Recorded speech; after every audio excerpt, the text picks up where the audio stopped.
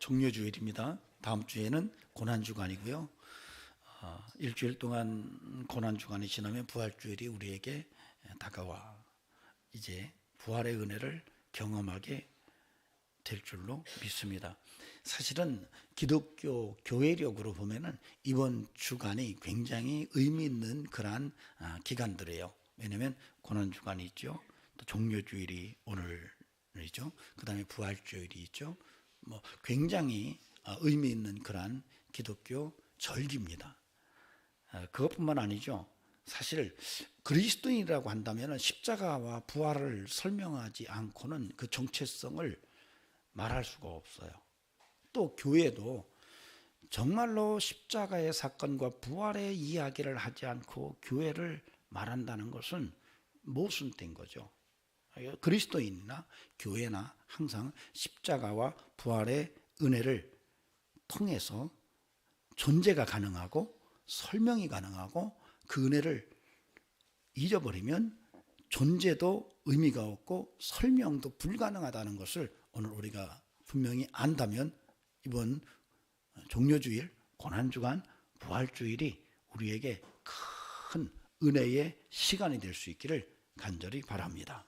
하나님의 축복하심이 부활 경험을 통해서 십자가의 은혜를 통해서 뜨겁게 불타오를 수 있기를 간절히 소망합니다.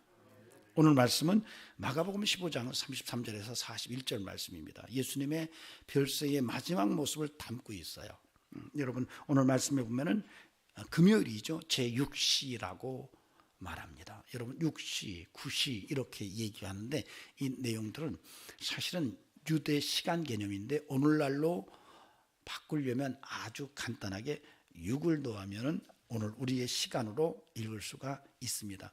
6시라는 말은 6을 더해서 12시 정오라는 말입니다. 예수님께서 오후 3시 즉 9시까지 십자가에 달리셨어요. 그리고 갑자기 엘리 엘리 라마 사박다니라고 외치셨습니다.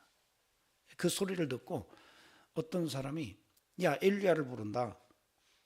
그러니까 어떤 이가 해면에 신 포도주를 적셔서 그 엘리 엘리 라마 사박다니라고 외치시는 주님의 입에다 갖다 댑니다. 그러나 주님은 그것을 받지 않으셨어요.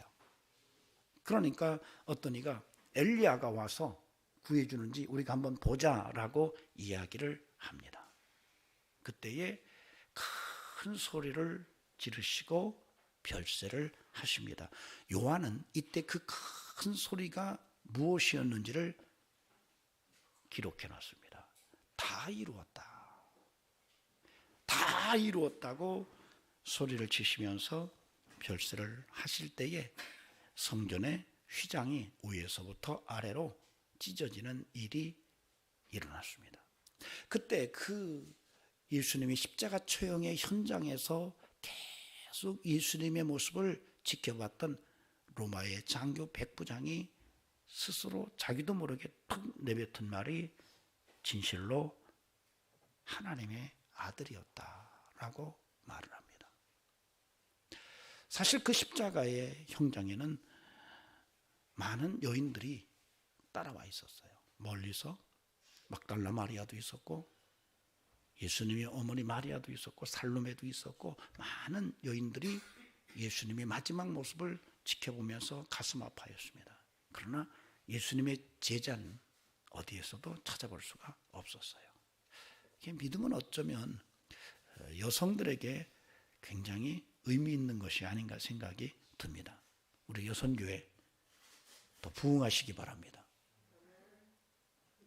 예수님의 마지막 십자가 골고다 언덕에는 예수님의 남자 제자들은 눈 씻고 못 찾아봤어요. 여성들만 멀리서 아파하고 가슴 아파하고 힘들어했습니다. 사실 오늘 본문은 몇 가지 우리가 설명을 들어야 될 부분들이 있어요. 아까 말했지만 유대 시간, 9시, 6시 이런 시간 개념이 우리가 익숙하지가 않아요.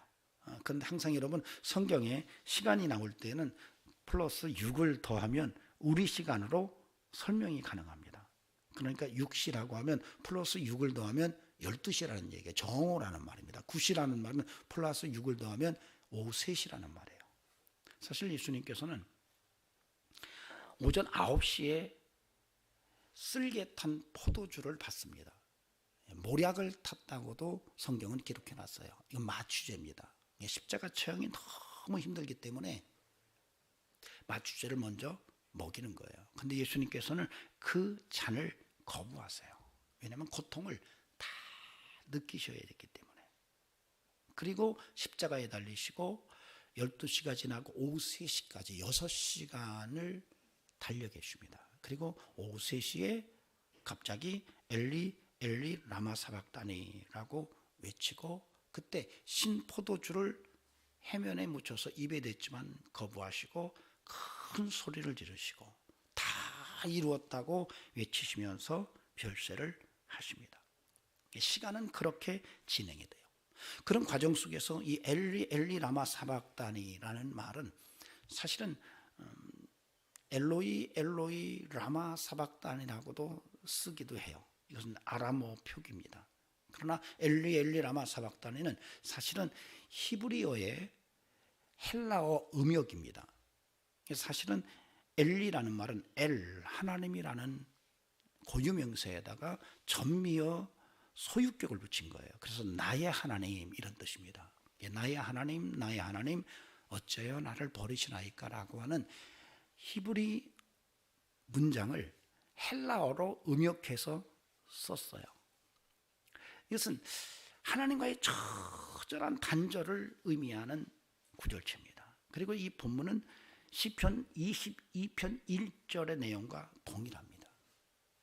시편 22편에서 나오는 1절의 내용이 엘리 엘리 라마 사박다니라는 본문입니다. 사실 이것은 하나님과의 처절한 단절을 의미해요. 아무것도 하나님의 인식이 불가능한 상태를 암시하고 있습니다. 또 하나는 해면으로 신포도주를 예수님께 드렸다 이렇게 얘기해요. 아까도 말했지만은 예수님께서는 십자가를 지시기 전에 모략을 탄 포도주, 쓸개 탄 포도주를 받습니다. 그러나 그것을 거부하시고 마지막에 해면에 신포도주를 어떤 사람이 예수님의 입에 갖다 대요. 왜냐하면 엘리 엘리 라마 사박다니 하니까 어떤 사람은 엘리야를 부른다, 엘리야가 와서 구원하는 거 한번 보자 이렇게 얘기하는데 그 절규가 가슴에 아팠던 것 같아요. 그러니까 고통을 좀 줄여주려고 그렇게 했어요. 그러나 예수님은 그것을 거부하셨어요. 여러분, 이 해면이라는 것은 뭐냐면 로마 군인들이 뒤처리를 하고 정리할 때에 우리는 뭐 휴지로 사용하지만 당시에 로마 군인들은 수세식 화장실을 썼어요.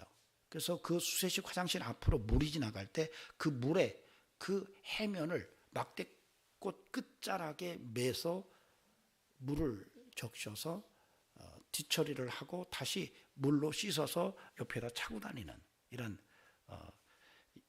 일회용 그 용기가 아니라 여러 번 쓸 수 있는 그러한 그 물건입니다. 그것을 아마 로마 병정이 갖고 있는 것을 사람이 그걸 빼서 길이가 안다니까 갈 때에 깨워가지고 신포도주를 예수님의 입에다 대지 않았는가 생각이 듭니다. 여러분, 그것이 로마 군인들의 용변 처리용 그러한 해면입니다. 그것을 우리가 오늘 본문 속에서 읽을 수가 있고요. 또 하나는 성전의 휘장이 예수님의 별세와 함께 찢어집니다. 이 성전 휘장은 우리가 그냥 우연하게 툭 터질 수 있는 그런 게 아니에요. 여러분, 유대인 역사가 요세푸스에 의하면 이 성전 휘장의 두께는 사지, 즉 손가락 4개 정도의 두께다 이렇게 얘기해요. 한 10cm 정도. 심지어는 솔로몬 성전에 이 휘장을 걸기 위해서는 뭐 10명, 뭐 20, 몇십 명 정도가 아니라 몇백 명이 달라붙어야 이걸 겨우 다룰 정도로 그게 굉장히 무거웠다고 그래요. 이것이 자연스럽게 찢어진 게 아니라 위에서부터 아래로 두동강이가 났어요. 예수님의 별세와 함께 일어난 이런 사건입니다. 자, 이런 내용들을 우리가 기본적으로 본다면 오늘 본문은 어렵지 않게 이해가 될 겁니다. 여기서 하나님의 음성이 우리에게 들려지기를 바랍니다. 먼저는 엘리 엘리 라마 사박다니. 한번 같이 해볼까요? 엘리 엘리 라마 사박다니. 예수님께서 절규하는 거예요. 나의 하나님 어찌하여 나를 버리시나이까. 시편 22편 1절에요. 다윗의 시입니다. 이것은 메시아시라고 말해요. 거기서 다윗이 내 하나님이여 내 하나님이여 어찌하여 나를 버리셨나이까. 어찌 나를 멀리하여 돕지 아니하시오며 내 신음소리를 듣지 아니하시나이까. 이게 메시아시라고 말해요. 참 공교롭게도 이 시편 22편은 예수님의 마지막 십자가 사건과 아주 많은 부분에서 공유하는 그런 시입니다. 그 내용들을 좀 소개를 한다면 6절에서 나는 벌레요 사람이 아니라 사람의 비방거리요 백성의 조롱거리니이다.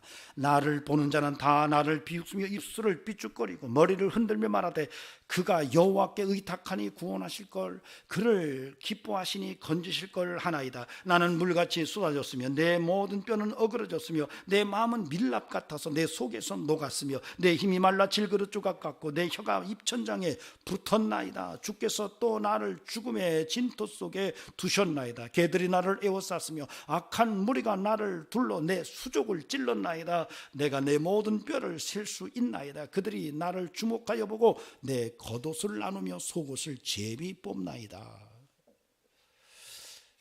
참 이런 시편을 읽으면서 우리가 느껴지는 것은 예수님의 십자가 사건은 어느 날 갑자기 나타난 사건이 아니라는 거예요. 하나님의 섭리와 계획 속에서 구속사의 한 드라마로 우리에게 주어졌다는 거예요. 그 예수님의 십자가 사건, 엘리 엘리 라마 사박다니, 이 말은 사실은 하나님과의 단절, 처절한 단절을 우리에게 말하고 있어요. 이것은 대속의 은혜입니다. 예수님께서 나를 대속하시려고 십자가에서 그 처절한 아픔을 모두 끌어안으셨다는 거예요. 여러분, 내 죄 때문에, 인간은 모두가 죄인이기 때문에 어떻게 인간이 다른 이의 죄를 대속할 수가 있겠나요? 그래서 대속이 필요한 것은 바로 죄 없는 분이 오셔야 됐어요. 바로 하나님께서, 예수 그리스도께서 죄 없는 분이 이 땅에 오셔서 인류의 죄를 대신 지시고 십자가에서 엘리 엘리 라마 사박다니라고 외치시면서 하나님과의 단절을 맛보면서 별시하신 사건이 십자가 사건이라는 거예요. 여러분, 우리는 이 고난주간에 예수님의 대속의 은혜를 잊어서는 안 될 것입니다. 항상 그 대속의 은혜를 힘입고 살아가지만 특별히 고난주간에, 부활절을 앞두고 고난주간에 이 고난의 아픔을 끌어안았던 주님의 마음을 우리가 끌어안고 그 대속의 은혜에 하나님 앞에 영광을 돌리는 그런 삶을 살아야 한다는 것이죠. 그 대속의 은혜에 대해서 이사야는 이사야 53장 4절 6절에서 이렇게 이야기합니다. 그는 실로 우리의 질고를 지고 우리의 슬픔을 당하였거늘 우리는 생각하기를 그는 징벌을 받아 하나님께 맞으며 고난을 당한다 하였노라. 그가 찔림은 우리의 허물 때문이요 그가 상함은 우리의 죄악 때문이라. 그가 징계를 받음으로 우리가 평화를 누리고 그가 채찍에 맞음으로 우리가 나음을 받았도다. 우리는 다 양 같아서 그릇 행하여 각기 제 길로 갔거늘 여호와께서는 우리 모두의 죄악을 그에게 담당시키셨도다. 예수님께서 우리 모두의 죄악을 지시고 십자가에서 엘리 엘리 라마 사박다니 절규하시면서 별시하신 사건을 오늘 우리가 잊어서는 안 된다는 것입니다. 여러분, 이 대속의 은혜는 우리가 감당할 수 없는 하나님의 사랑의 은혜입니다. 예수님께서 십자가에서 죽으신 이 대속의 은혜는 우리가 감당할 수가 없는 하나님의 사랑의 은혜라는 사실을 오늘 우리가 깨달아야 할 것입니다.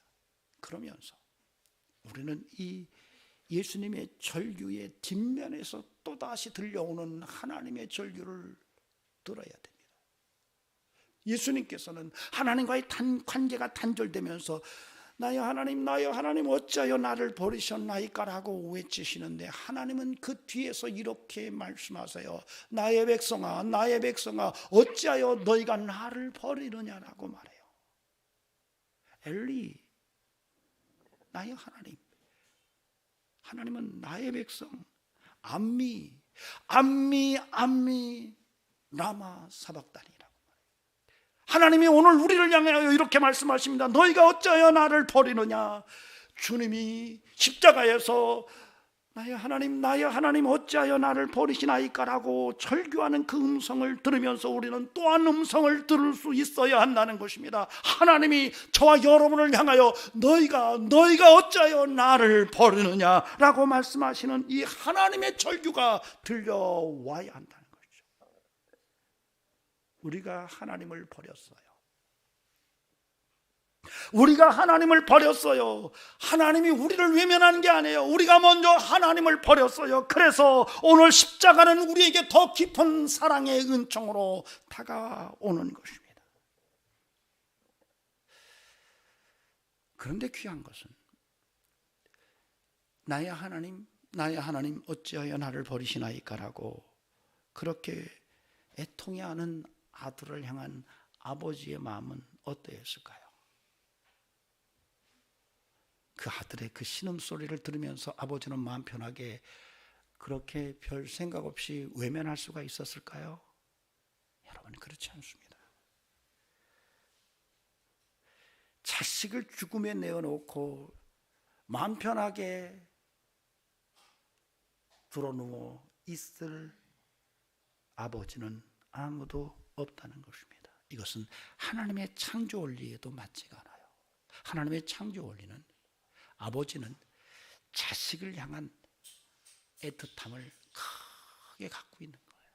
그래서 아브라함이 이삭을 하나님께 내어놓은 것을 보시고 하나님께서 내가 이제야 너의 믿음을 알겠다고 말씀하셨던 거예요.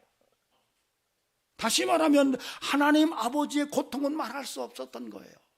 아들을 십자가에 못 박고 그 아들이 엘리 라마 사박단이라고 말할 때에 그 소리를 듣는 하나님, 귀를 막아도 들려오는 그 소리에 그 하나님 아버지가 오히려 더 가슴 아프게 내가 죽는다라고 그렇게 말씀하셨던 거예요.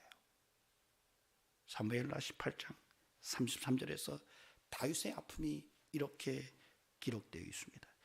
내 아들 압살롬아, 내 아들 압살롬아, 차라리 내가 너를 대신하여 죽었다면. 압살롬, 내 아들아. 압살롬이 모반을 했어요. 아버지를 모반을 하고 아버지를 죽이겠다고 칼을 빼들었어요. 결국 그 아버지는 그 아들과 대적하지 못하고 피신을 해요. 나중에 다시 군비를 정비해서 아들과 아버지가 전쟁이 붙었어요. 그럴 때에 아버지 다윗이 부하들에게 부탁을 합니다. 우리 압살롬은 제발 좀 구해달라고, 우리 압살롬은 좀 죽이지 말아달라고. 그런데 소식이 들려왔어요. 그 아들이 죽었대요. 그 아들이 죽었다는 말을 듣고 이 아버지가 그렇게 말하는 거예요. 내 아들 압살롬아, 차라리 내가 너를 대신하여 죽었더라면. 압살롬, 내 아들아. 이게 아버지의 마음이에요. 엘리 라마 사박다니 하면서 외치시는 그 아들 독생자 예수 그리스도를 바라보는 아버지 하나님의 상처는 말할 수가 없다는 사실이에요. 더 고뇌스럽다는 얘기예요. 하나님은 거기 계셨어요. 그래서 희망의 신학자 위르겐 몰트만은 십자가에 달리신 그리스도라고 말하지 않고 십자가에 달리신 하나님이라고 책을 썼어요. 아들 독생자가 십자가에 달렸지만은 그 십자가에 달린 독생자는 바로 하나님이었다고 그렇게 말하고 있어요. 그런데 그 독생자의 그 절규는 바로 저와 여러분의 죄로 인한 대속 때문이라는 것을 오늘 우리가 안다면 저와 여러분의 삶 속에 대속의 은혜를 잊지 않는 은총이 있기를 바랍니다. 여러분, 나 때문에 당하신 거예요. 예수님의 고난은 나 때문에, 내 죄 때문에 그 죄의 대가를 지불하신 거예요. 이 은혜를 결코 잊어서는 안 될 것입니다. 이 대속의 은혜를 잃어버리지 않는 성도로 믿음의 삶을 살아가는 은총이 함께하기를 바랍니다. 또 하나, 우리가 휘장이 찢어지는 모습 속에서 하나님의 음성을 들을 수가 있습니다. 37절 38절에 예수님께서 소리를 치면서 다 이루었다라고 외치시면서 별세하실 때에 성전에서는 지성소와 성소를 나누었던 휘장이 위에서부터 아래로 찢어져 내려앉았습니다. 두께가 20cm예요. 그냥 찢어질 수 있는 게 아니에요. 잘 직조된 그러한 20cm의 그 휘장이에요. 이것이 예수님의 죽음과 함께 찢어지면서, 그동안에는 성소의 지정소의 그 경계선이 분명했지만 이제는 성소와 지성소의 경계가 사라져 버렸어요. 예수님의 죽으심이 하나님께로 나가는 길을 여신 거예요. 여러분, 솔로몬 성전은 지성소와 성소로 나누어져 있어요. 그 나눔에 바로 휘장이 쳐져 있는 거예요. 예수님께서 죽으면서 그 휘장이 찢어졌어요. 그래서 누구든지 이제는 지성소 안으로 들어갈 수가 있게 된 거예요. 여러분, 지성소는 아무나 들어갈 수가 없어요. 심지어 제사장도 함부로 들어갈 수가 없어요. 대제사장만 1년에 한 차례 민족의 속죄를 위해서 들어가는 장소예요. 그런데 그 지성소의 문이 활짝 열려진 거예요. 예수님의 십자가의 죽으심이 하나님께로 향하는 이 휘장을 열어 제낀 은혜의 사건이라는 거예요. 여러분, 이건 매우 상징적입니다. 우리가 인생을 살아가면서 하나님과의 소통이 가능하게 됐다는 것은 너무나도 귀중한 거예요. 예수님 때문에 그 소통이 가능해졌어요. 우리가 인생을 살아가면서 하나님과 소통하고 산다는 것이 얼마나 소중한지를 오늘 다시 한번 깨달았으면 좋겠어요. 하나님과 친근하게 지내고 하나님과 화목하게 지내는 것이 얼마나 하나님의 백성들에게 소중한지를 다시 한번 마음속에서 깨닫고, 그런 삶을 가장 우선성을 두고 살아가는 이런 믿음의 결단이 우리의 신앙 속에서 드러날 수 있기를 바랍니다. 우리가 성경을 읽다 보면은 오경을 읽습니다. 창세기, 출애굽기, 레위기, 민수기, 신명기 5권의 책이에요. 여러분, 이 오경은 성경 전체의 근간입니다. 하나님께서 오경을 주시고 그것을 통해서 성경 전체를 드러내셨어요. 그래서 어떤 이들은 그 오경 중에서 어떤 말씀이 제일 중요한가요? 이렇게 묻습니다. 여러분, 성경은 어느 부분이 더 중요하고 덜 중요하고 그런 건 아니에요. 그럼에도 불구하고 오경의 구조로 봤을 때 굉장히 무게가 있는 그런 책이 있어요. 바로 레위기입니다. 여러분, 이 레위기는 5권의 책 가운데 제일 중앙에 있어요. 이게 중앙에 둔 의도가 있어요. 그러니까 5권의 토라, 즉 오경의 가운데 자리에 딱 둔 레위기는 이 중요한 의미를 담고 있는 거예요. 그런데 이 레위기가 무언 메시지를 담고 있나요? 하나님과 소통하는 내용이에요. 죄인된 인간이 어떻게 하나님과 화목하고, 어떻게 하나님과 소통하고, 어떻게 하나님과 친근한 관계를 회복하며 살 수 있는가의 내용이 레위기 속에 다 들어가 있어요. 바로 하나님과 화목하기 위해서 반드시 필요한 것이 바로 대속이었어요. 그런데 바로 이 십자가 사건이 그러한 대속의 은혜의 결론이에요. 그러니까 레위기에서 하나님과 어떻게 친근한 관계를 유지하고 하나님과 어떻게 화목한 관계를 살아갈 수 있을 것인가라고 하는 이 문제에 대해서 마지막 활용정점을 한 것이 바로 예수 그리스도의 십자가의 사건이라는 거예요. 다시 말하면 휘장이 찢어진 사건이 바로 그런 의미를 상징적으로 담고 있다는 얘기입니다. 즉 예수 그리스도를 통해서 우리는 하나님에게로 나아가는 은혜를 받았다는 거예요. 여러분, 이걸 믿으시기 바랍니다. 하나님 앞으로 나가서 하나님과 화목하게 지내고 하나님과 친근하게 지낼 수 있는 놀라운 은혜가 예수 그리스도의 죽으심을 통해서 우리에게 활짝 열려졌다는 사실을 오늘 성경을 통해서 우리가 분명하게 다시 한번 확인하고 이런 삶의 소중함을 깨달아 이런 삶을 향하여 모든 삶을 집중하고 그 삶을 향하여 한 걸음씩 한 걸음씩 믿음의 여정을 걸어가는 이런 성도의 삶이 함께해야 할 줄로 믿습니다. 여러분, 구약에서는 하나님과 어떻게 친근한 관계 유지할 수 있느냐? 언약의 말씀을 지키는 것에서 그것을 확인하려고 그래요. 그런데 그 언약의 말씀을 하나님의 백성들이 못 지키는 거예요. 결국 그래서 그 언약을 지키는 결정적인 은혜가 요구되고 그 결정적인 언약의 성취를 위해서 우리에게 은혜로 다가온 분이 바로 예수 그리스도고 그분이 십자가에서 죽으심으로 바로 그 언약을 지켜나가는 삶과 동등한 권세를 우리에게 주셨어요. 이게 뭔지 여러분이 아셔야 돼요. 그래서 누구든지 예수 그리스도 안에 거하면 언약의 말씀을 성취한 것과 동등한 은총을 받고 사는 거예요. 여러분이 예수 안에 거한다는 것은 하나님과의 친근하고 화목한 관계를 위해서 끊임없이 하나님의 언약을 지키는 것과 같다는 거예요.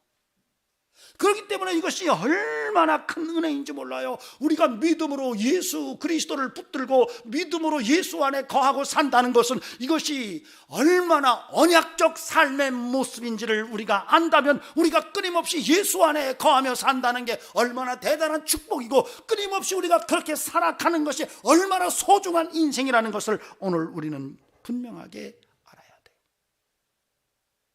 예수 안에 거하시기 바랍니다. 예수 안에 거하시는 그것이 하나님과의 친근한 관계를 만들어내요. 내가 예수 안에 거하는 그것이 하나님과의 화목한 관계를 만들어내는 거예요. 다른 것은 없어요. 우리는 자꾸 어떤 다른 것을 통해서 하나님과 친근한 관계를 유지하고 하나님과 화목한 관계를 유지할 것이라고 생각해요. 조금 착하게 살고요, 조금 사람들이 볼 때 칭찬 들을 만하게 살고요. 여러분, 그것이 본질이 아니에요. 여러분, 성경은 분명하게 말합니다. 너희가 예수 안에 거하면, 예수 안에 엔 그리스도, 예수 안에 거하면 그것으로 인해서 너희의 인생에 하나님과 화목하고 친근한 관계가 가능하다고 분명하게 못을 박아서 얘기하고 있어요. 우리는 돈과 친근하게 지내려고 합니다. 명예나 권세나 인기를 더 친근하게 지내려고 그래요. 세상과 세상에 있는 것들과 더 친근하게 지내려고 그래요. 그런데 성경은 말합니다. 너희가 하나님과 친근하게 지내야 된다. 그런데 그 하나님과 친근하게 지내는 그 길목에 예수 그리스도를 통하는 문이 있다는 거예요. 누구든지 예수 그리스도를 통해서 하나님과 친근해져요. 하나님과 화목하게 돼요. 여러분, 이것이 가장 큰 하나님의 은혜입니다. 사탄은 끊임없이 이것을 무너뜨리려고 해요. 여러분의 마음속에 별의별 생각을 다 집어넣어서 여러분이 하나님과 화목하고 여러분이 하나님과 친근한 관계를 살아가는 것을 무너뜨리려고 갖은 괴계를 다 동원해서 지금도 여러분을 집어삼키려고 우는 사자의 모양으로 여러분의 주변을 맴돌고 있다는 사실을 우리가 깨닫는다면 우리는 끊임없이 예수 안에 거하는 이런 영성으로 살아가야 할 줄로 믿습니다. 예수 안에 거합시다. 휘장이 찢어져요. 위에서부터 아래로 찢어져요. 뭐 그럴 수 있겠지. 여러분, 이 상징성은 하나님의 초청이에요. 너희가 와라. 하나님이 찢었어요. 그래서 위에서 아래로 찢어진 거예요. 하나님이 여러분을 여전히 지금도 초청하세요. 너희가 나와 친근하게, 나와 화목하게 지내자. 예수 그리스도 안에서 만나자라고 우리에게 말씀하고 계세요. 유대인들은 끊임없이 지성소 안의 비밀을 궁금해했어요. 거기 하나님이 계시는데 거기서 어떤 일들이 일어날까? 비밀의 장소인 지성소에 어떤 일들이 일어날까? 아무도 모르는 거예요. 그런데 오늘 성경에서 휘장이 찢어지면서 예수 그리스도를 통해서 그 비밀의 장소로 들어갈 수가 있게 된 거예요. 여러분, 이거 놀라운 것입니다. 여러분이 하나님을 만나고 그 비밀한 관계 속으로 들어갈 수 있는 그 통로가 바로 예수 그리스도라는 거예요. 여러분, 이 놀라운 은혜가 저와 여러분의 삶 속에서 분명하게 다시 한번 확인되고 끊임없이 예수 그리스도를 통해서 하나님의 세계를 경험하고 하나님의 비밀을 깨닫는 이런 영적인 능력을 맛볼 수 있기를 주의 이름으로 간절히 축원합니다. 여러분, 하나님의 비밀을 아는 자들이에요. 여러분, 성도는 예수 안에서 하나님의 비밀을 아는 자들이에요. 보통 사람들이 아닙니다. 여러분, 굉장히 대단한 존재들이에요. 휘장이 쳐져서 누구도 들어갈 수 없는 그 비밀한 장소에 예수님 때문에 들어가서 그분을 만나고 그분과 화목하고 그분과 친근한 관계를 가질 수 있는 놀라운 신비의 비밀을 예수 안에서 얻은 자들이 바로 저와 여러분이에요. 이 삶이 여러분의 삶 속에서 끊임없이 역동성을 가지고 살아 움직여서 영혼이 잘 되처럼 범사가 잘 되고 강건케 되는 놀라운 은혜가 여러분의 삶 속에 드러날 수 있기를 바랍니다. 중요한 것은 예배입니다. 만약에 구약시대라고 한다면 이렇게 지금 여기 휘장이 쳐져 있다고 보셔야 돼요. 예, 휘장이 쳐져 있는 거예요. 근데 예수님께서 이 휘장을 걷어내셨어요. 이제는 예수 안에서 우리가 하나님을 만나요. 예비하는 거예요. 여러분, 하나님을 만난다는 것은 하나님을 예비하는 거예요. 그래서 신령과 진정으로 하나님을 예비하라고 말하는 거예요. 그래서 하나님이 예배하는 자를 찾으신다는 거예요. 근데 예배할 때 여러분, 그 예배하는 자가 하나님 앞에 나올 때 예수를 통해서 나오는 거예요. 여러분, 예배는 하나님 앞에 나올 때에 예수 그리스도의 보혈을 의지하고 나오는 거예요. 그걸 믿으십니까? 여러분, 이게 놀라운 하나님의 은혜예요. 그래서 그 예배는 끊임없이 죄인된 인간이 예수 그리스도를 통해서 거룩하신 하나님을 만나고 거기서 친근하고 화목의 관계를 서로 공유하는 삶이 바로 예배예요. 그런데 오늘날 예배가 이게 안타까운 것은 예배의 주인공이 하나님이 아니라 인간 중심으로 돌아가고 있다는 것이 너무나도 안타까워요. 여러분, 오늘 잘 하시기 바랍니다. 예배는 하나님이 받으시는 거예요. 인간의 즐거움과 행복을 위해서 예배가 있는 게 아니에요. 우선성은 하나님이 받으시는 예배가 되어야 된다는 거예요. 여러분, 그래서 오늘날 교회가 예배를 드릴 때에 사람이 기뻐하는 메시지를 원하고 있어요. 고객 중심이죠. 마치 백화점에서 고객의 마음을 환심을 사서 물건을 더 파는 것 같이 교회 예배도 그런 형식으로 자꾸 바뀌어가요. 이게 참 안타까워요. 하나님 앞에 나와서 하나님 앞에 애통하고 하나님 앞에 자복하고 정말로 가슴을 치면서 하나님과의 정말 친근한 관계로 나아가는 이런 예배가 아니라 사람을 위로하고 사람을 격려하는 수준에서 멈추는 이러한 정도의 예배로 전락한 모습이 오늘날 현실의 예배라고 하는 것을 볼 때에 너무 안타까워요. 여러분 정말로 예배에 대한 인식을 바로 세울 수 있기를 바랍니다. 예배는 하나님과의 만남이에요. 예수 그리스도를 통해서 하나님과의 만남이고 그분과의 교제이면서 하나님이 주체가 되시는 예배가 산 예배라는 거예요. 우리의 생각이 건강하게 바로 세워질 수 있기를 바랍니다. 대통령이 여러분을 초대했다고 봅시다. 대한민국 대통령이 당선됐어요. 야, 내 대통령 됐으니까 우리 김중용 장로님하고 이용진 장로님 두 분 오시라고. 자, 그럼 우리 두 분 장로님이 어떻게 반응할까요? 윤석열 대통령이 나를 초대했어? 야, 그러면 어떻게 할까요? 모르겠습니다. 옷 중에서 최고 좋은 옷을 골라 입을 수 있을 거예요. 좀 여유가 있으면 새 옷을 맞출 수도 있죠. 시간은 몇 시까지 오라고 그러면 1시간 전에 갈 겁니다. 왜 또 거기서도 그래요. 보안검사하고 해야 되기 때문에 미리 와서 다 검사해야 되니까 일찍 오라고. 그 안에 들어갔는데 졸겠어요? 5분 지각해요? 대통령이 초대한 거 대통령이 말하는데 졸아요? 아이고, 어젯밤에 잘 못 잤어요. 여러분, 그 핑계입니다. 여러분, 이런 모습을 보면 하나님 앞에 선 예배자의 모습이 어떠해야 하는지를 우리는 분명하게 알아야 됩니다. 갑자기 대통령을 만나서 얘기하는데 핸드폰 벨이 울려요. 저는 동해물과 백두산이, 이게 제 핸드폰 전화가 오면 울리는 음성입니다.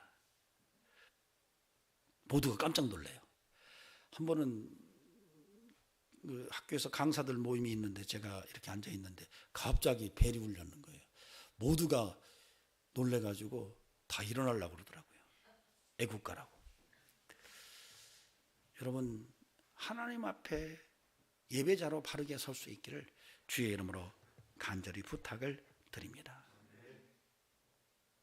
마지막으로 이 백부장의 고백입니다. 39절에 진실로 하나님의 아들이었대요.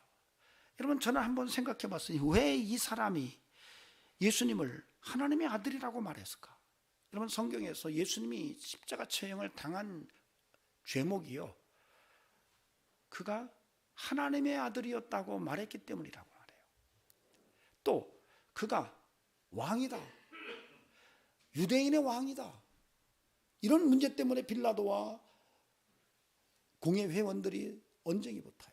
이 빌라도가 나는 그냥 유대인의 왕이라고 붙였어 그랬더니 공회 회원들이 아니 자칭 유대인의 왕으로 붙이시오 이렇게 따졌던 이런 기록들을 보면 예수님이 왕이라는 문제와 그 다음에 하나님의 아들이라는 문제 때문에 십자가 처형에 당한 거예요. 그런데 이 백부장이 하나님의 아들이라고 말해요. 사실 고대 사회 속에서는 왕은 신의 아들입니다. 이게 그런 의미로 봤을 때 하나님의 아들이다 라는 것과 왕이다 라고 하는 것은 다르지 않은 거예요. 똑같은 말이라고 봐도 돼요. 그런데 이 백부장이 예수님의 죽는 모습을 마지막까지 지켜보고 하나님의 아들 맞네 이렇게 말했어요. 왜 그랬을까요? 무엇을 봤기 때문에, 무엇을 백부장이 십자가 처형의 현장 속에서 목격했기 때문에 그런 변화가 일어났을까요? 이 백부장은 어쩌면 그 사형을 집행하는 전문적인 직책의 장교일 수 있어요. 빌라도가 사형 언도를 내리고 십자가형을 판결했을 때에 그 다음부터 예수님은 갖은 고통을 다 겪습니다. 납덩이가 붙어있는 채찍에 맞고 가시미 연료관을 쓰고 십자가를 들고 골고다 언덕까지 올라가는 이 모든 과정을 다 관리했던 이 로마 장교가 이 백부장이었을 가능성이 매우 높아요. 그러니까 예수님의 십자가 과정을 다 본 거예요. 그리고 나서 하나님의 아들 맞다 이렇게 말했던 거예요. 뭘 봤기에? 이 사람은 수많은 십자가 처형자들을 봤을 거예요. 죽음 앞에서, 고통 앞에서 어떻게 인간이 연약한지, 어떤 반응을 보이는지를 계속 봐왔던 백부장이었을 가능성이 높아요. 그런데 그 모습들은 다 비슷해요. 죽음 앞에서 연약한 인간의 모습, 고통을 받으면서 드러내는 분노와 그 감정의 변화 이야기들을 수없는 사람들의 십자가 처형을 집행하면서 다 봤는데 유일하게 예수 그리스도는 달랐던 거예요. 달라도 너무 달랐던 거예요. 어떻게 이럴 수가 있지? 어떻게 이럴 수가 있지? 백부장은 계속 속으로 그렇게 생각했을 거예요. 어떻게 이렇게 다르지? 달라도 너무 달라. 예수님의 그 죽음과 고난 앞에서 대처하는 그 모습이 너무너무 달랐던 것을 이 백부장이 보고 이러면, 이 정도라면 이분은 하나님의 아들이 맞아라고 자신도 모르게 내뱉은 것이 아닐까. 박효진 장로님이라고 교도소에서 교도관으로 일하신 분이에요. 이분이 뭐라고 얘기하냐면 자기가 교도관으로 있는 동안에 29명을 사형 집행을 했는데 그 29명 중에서 믿음의 사람과 그렇지 않은 사람의 모습은 너무나도 다르다는 거예요.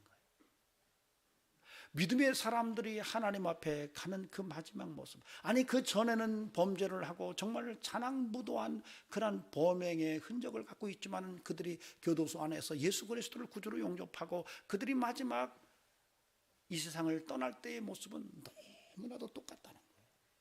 다 하나님 앞에 찬양을 하고 얼굴이 빛이 나고 광채가 나면서 심지어는 어떤 이들은 거기에 있는 그 관계자들에게 예수 믿으라고 그렇게 이야기를 하고 떠난다는 거예요.